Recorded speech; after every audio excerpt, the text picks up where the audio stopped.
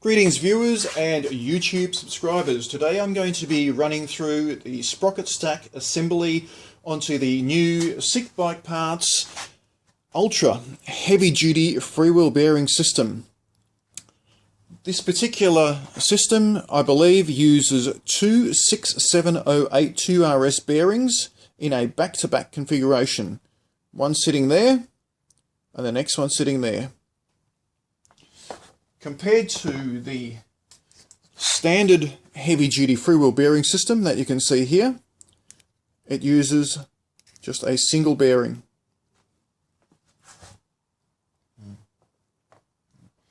The big advantage of this system here is that it can take a lot more axial loading.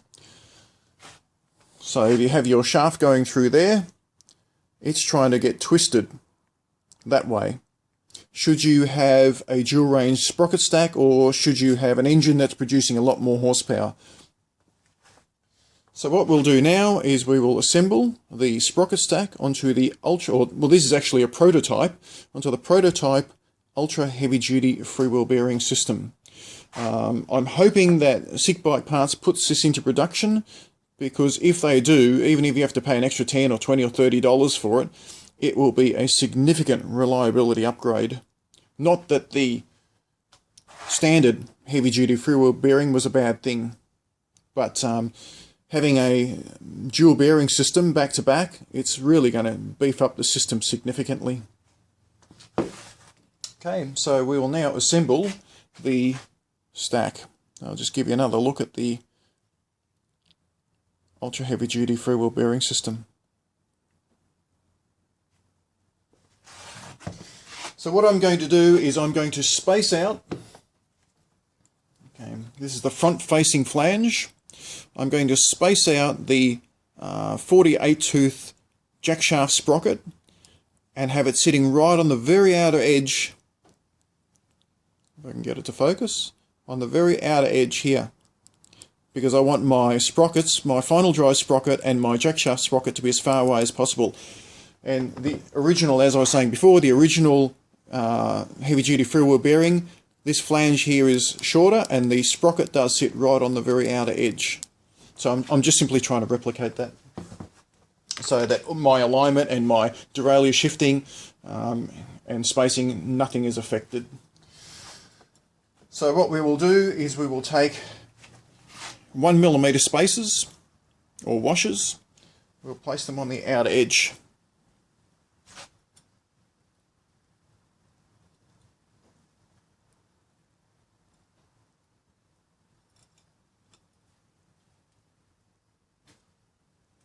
Okay, so that's what I've done there. I've just placed the washers on the flange.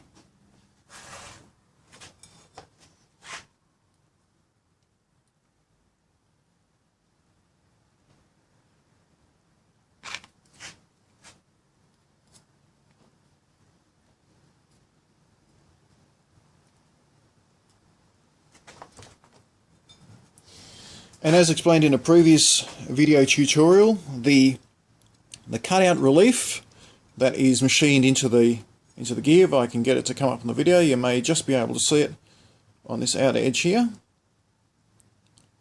There's a cutout relief. There will be a cutout relief on the 40 tooth sprocket, and those two release face each other so that the jack shaft chain and the final drive chain are shifted as far away from each other as possible. So the flange will go, in this case, down.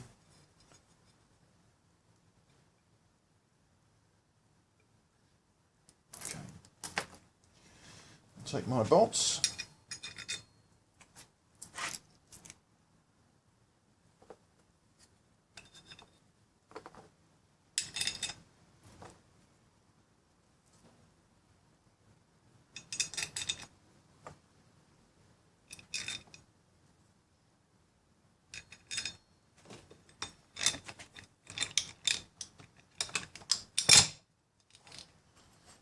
Over. Okay, next part of the process is to space out the 40 tooth final drive sprocket. So this is an optional 42 standard. The kit comes with 36. Again, this black sprocket here is a 48 tooth, which is an optional sprocket standard. The kit comes with a 44. But because I do a lot of hill climbing, I do a lot of towing with heavy weight, I'm running an optional 48 tooth sprocket. And to then get the final drive in top gear, to get the speed back to where I need it to be, I'm using the optional 40 tooth instead of the 36. So to space things out, I found a very effective way is to get two optional 24 tooth sprockets, placing them back to back and placing them onto the freewheel bearing and simply using them as spacers. So those two 24 tooth sprockets are on. The 40 tooth will now go straight over the top. Again, with the flange, facing the flange on the 48 tooth. That's it. Next part of the process is we need to get a dished 30 tooth sprocket, which I'll explain in a moment, onto the stack. This here uses spacers or washers that are 2.85 millimeters thick combined.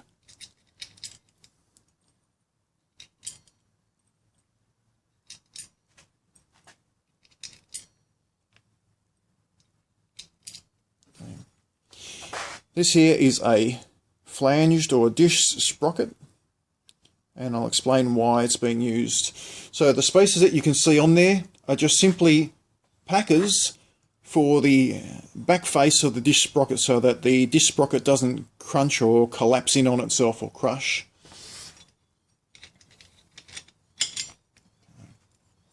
So you can see there that you have the upwards facing dish facing onto the 40 tooth sprocket, and that upwards facing dish will actually act as a shift ram to get the chain from the 24 tooth sprocket up onto the 40 tooth sprocket, and it works very, very effectively.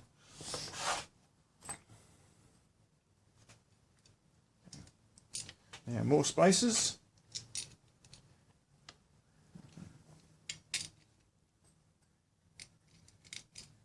And these spacers are 3.2 millimeters in total width. So there's two washers there, and I need to have 3.2 millimeters so that when the 24 tooth sprocket goes on, I can have correct derailleur indexing between the 42 sprocket and the 24 tooth sprocket that's going on now.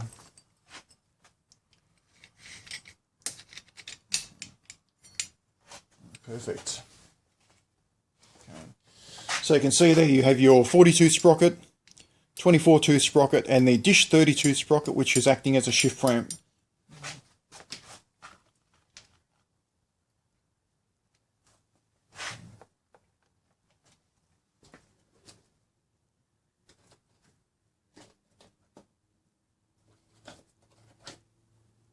Next part of the process, even though I'm using nylox, because of the clearance to my frame, I can't afford to have any extra length on the bolts. So the bolts have been ground down to exactly the length that I need, that it doesn't interfere with my frame. So the nylox, they just go on there.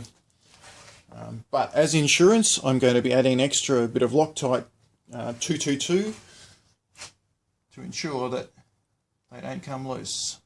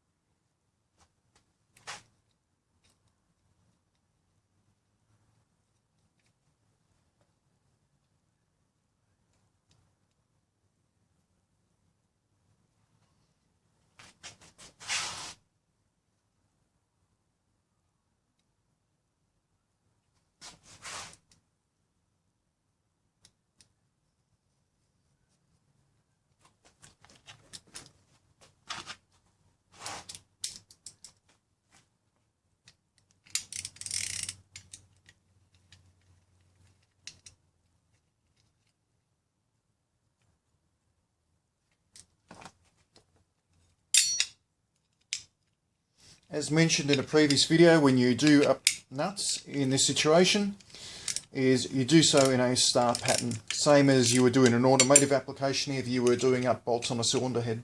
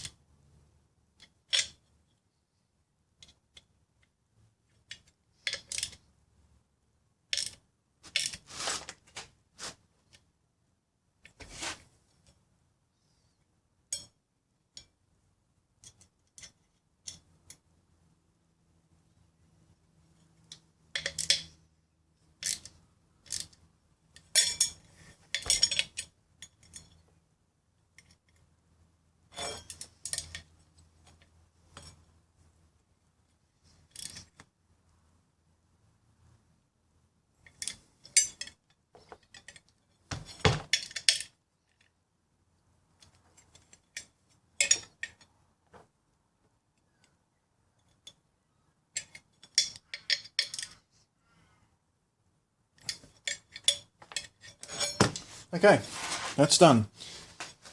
So, okay, we'll see if we can...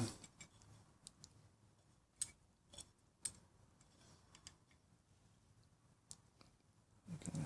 Alright, so maybe there on the video you can see that in here are the two 24 tooth sprockets. Bring it away. You have your 40 tooth sprocket, which is there. Your 36 tooth dish sprocket, which will allow the chain to slide up onto the 40 tooth sprocket. You have, right in this corner here, you have your 1mm washers packing out the 48 tooth sprocket. You have the 3.2mm combined washers packing out the 24 tooth from the 30 tooth dish sprocket. And that's going to give the correct indexing for the front derailleur to operate efficiently between the 24 tooth and the 40 tooth sprocket.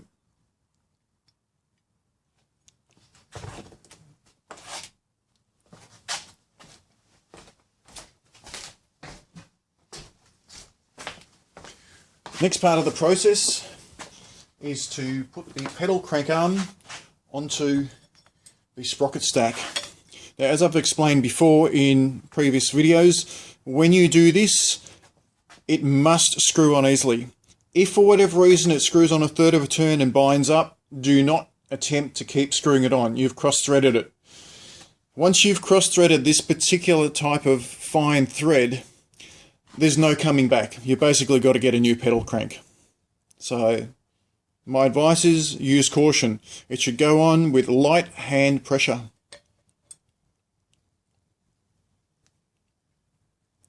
Okay.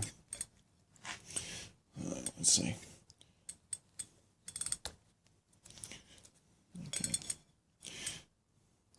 So you can see there that it's just screwing on with light hand pressure. Bring it up. Okay. If you've got to get a tool on there to try and really wind it up, and you're at the very start of it, you've definitely cross-threaded it. So please just back it off and start again. Okay, so there's your assembled sprocket stack on the pedal crank arm with the ultra heavy duty freewheel bearing that hopefully will be available from SickBikeParts. Hope that's been of benefit. See you next time.